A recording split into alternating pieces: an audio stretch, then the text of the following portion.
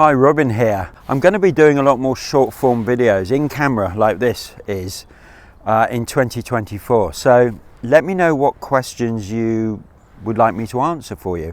So if you've got a burning question about foraging or plant identification or anything to do with wild plants that are hopefully generally edible ones, let me know in the comments below. It'd be great to hear what you'd like me to teach you, and with that, have a fantastic Christmas. But before we go, let me show you this plant. You most probably already know it. It's called mahonia. Now, if you go to Google and you type in eat weeds, angel's breath, eat weeds one word, angel's breath, you'll see an audio kind of essay, I suppose, that I wrote about this that gives you my kind of feeling sense and felt sense when I engage with the flowers, particularly in that particular essay.